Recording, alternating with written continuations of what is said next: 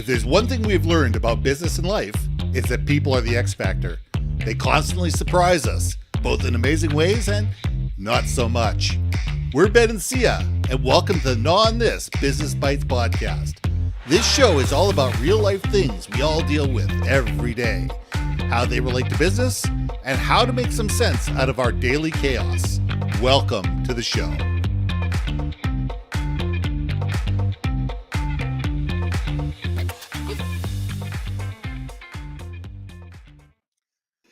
And welcome back to another episode of On This Business Bites. I'm Ben, this is Syya, and I'm going to let you in on one of my favorite sayings. Your brand is only as valuable as your unhappiest employee on their worst day. Let's say that again. Your brand is only as valuable as your worst employee, as your unhappiest employee on their worst day. It is amazing to me how few organizations understand that. They have unhappy employees for whatever reason, disgruntled, disadvantaged, underpaid, overworked, miscommunicated to, disempowered. There's a million different reasons why people are unhappy in the workplace. They get ignored. They get put in a corner. Just don't talk to them. Let them be. And these people get angrier and angrier, and they get more and more frustrated. And they get frustrated with employees, with vendors, with customers, with senior management. And everybody just walks on eggshells around them. Instead of saying, hey, what's wrong? I mean, the difference between a leader and a manager is this, and this comes from Simon Sinek, and this starts with why. A manager sees somebody come to work late 5 days in a row and goes up to the person and says, hey, listen, you've been late 5 days in a row. You're late tomorrow. I got to write you up. A leader comes up to the person and says, hey, listen, you've been late 5 days in a row. Is everything okay? We need to stop ignoring these people. We need to understand that they're human beings just like us. They're going to have good days. They're going to have bad days. And if we ignore them and we allow the situation to perpetuate itself, if we don't sit there and figure out what's wrong and help fix it, it hurts our brand. It hurts us as an organization. It sends good employees working elsewhere. It sends good customers to, looking for somewhere else to buy from. And it doesn't make sense in any way, shape, or form. Syya, let's know on this. Man, I feel like every time we talk about these types of topics, every single one of us that's watching, listening now and for the end of dawn of time, we're always going to have disgruntledness, disenfranchisement in some capacity. And there's two parts to it. Okay. One, it's you that needs to react to your surroundings and how you react to it and make lemonade out of lemons, because life will always have lemons, which by the way are still grapefruit in its own right. But I do believe leadership, management, corporate, whatever you want to call it, either you work for a small business, your own business, and or large corporation, you do have to take into consideration as to ask, like you say, why is this happening? Is it just one person? So maybe they've got something personal going on. If it's a whole swath of team, I remember working at a smaller company. It was still global, but smaller. And, the CEO had the audacity and I will say this story up and down. There were cost-cutting measures. He was basically announcing that he was going to be riffing a lot of people. And in his wonderful speech of everyone basically finding out, oh, wow, a tenth of us are leaving unwillingly, he pulls out a receipt. And he goes, I went to this supermarket and I bought Diet Dr. Pepper on sale because I'm saving cost measures, whatever. And it was just so horribly miscast, not reading the room. And then he went on to defend that he stayed at a Four Seasons hotel in Europe when he went out there because, oh yeah, it just, I can't remember what his justification was. All I heard was, and for those upset that I stayed at a Four Seasons in Paris or whatever, I'm just like, lost, done. It starts at the top. If you cannot empathize as to maybe perhaps the entire team is struggling for whatever reason, it's you. The problem is you. So I've been wanting to share that story for the longest time because there's so much of my friends that are listening. They're like, that guy, that guy. They know exactly so anyway. who that guy is. Oh, and I am positive that guy has no clue that he was the most hated person in the universe at that moment in time. So even the people that were happy to be at that company were like, what the hell just happened? Like, it was bad. So again, what you're talking about on the worst day, angriest, most disenfranchised employee on the worst day. Like, I think of that example right there is, well, maybe you caused it too. Like, come on, guys. It ain't always about, Billy's bad day. It could be you made Billy's day bad. Well, I mean, you look at it this way. I don't know how many times I've gone into companies to sit there and say, I get a CEO who says, well, can you fix my teams? I go, no, until I fix you first. And you get this horrible look. I said, look, there's a problem here. I don't know what the problem is yet, but the problem may be you,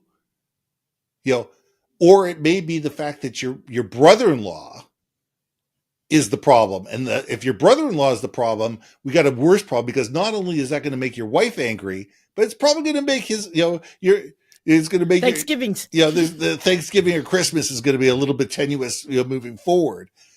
So you have to sit there and say, okay, it's not always the person who's the disgruntled employee who's the cause of the problem. It's how they've been treated, how they've been either dealt with or not dealt with, led, managed, empowered, disempowered, ignored, stepped over, stepped on. And we need to take a look and sit there and say, what's the systematic problems here? Because it's amazing how many times people fire the bad employee, and then 6 months later they hire somebody else, and the problem persists. Oh yeah. Why does it still exist? Why does it still exist? Because guess what? The person who leads this person is a royal pain in the bee. You sit there. You cannot say butt. You couldn't say bottom. Well, that's my what was it? My Sheldon from Big Bang series. He can't say A, he's got to say B. But that's too funny. Okay, sorry. But anyway, you look at it and you go, problems are not usually that narrow focused and that simple, that just getting rid of one person is going to fix the problem, unless that problem is the cancer. We have sat there and said, okay, we've had 5 employees, they're all disgruntled, this and that. Okay, their leader, their manager is the problem. That's the problem. It's not these 5 disgruntled employees. It's the person that manages and leads them.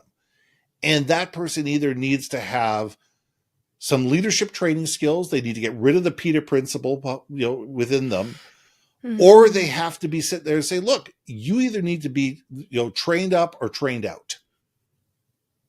And we need to look at that as organizations and look at the root cause and not just the symptoms of it. And as organizations, so often we just cut off a limb and let the cancer grow.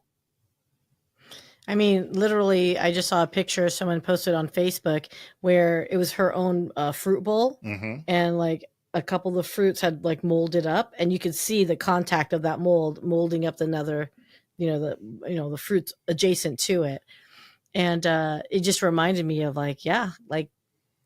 even if you remove the dead fruit, there's lingering peats and parts and pieces of that mold spores. The spores are still there. Oh yeah. So it's almost even more so. Okay, let's say for example, let's just say for giggles, there was a very, very disenfranchised employee, or if you're Disney, cast member, Yes. a very disenfranchised person receiving a paycheck at this organization, and they leave. Because let's be honest, there are some people who love to live in misery. There are, because that's their reaction to things, and they are toxic. So let us just accept that premise.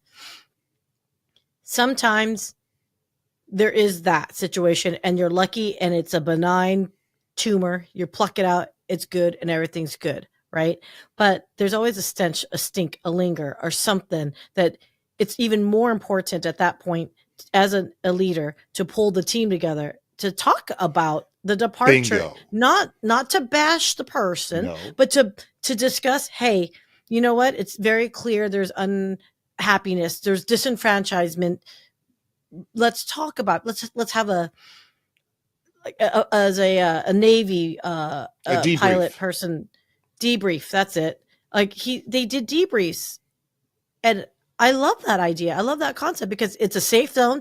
It's almost like Maxwell Smart, cone of silence. Mm-hmm. Like, let's have a cone of silence debrief situation in this room. Nothing leaves. Will not be taken personally. Let's go.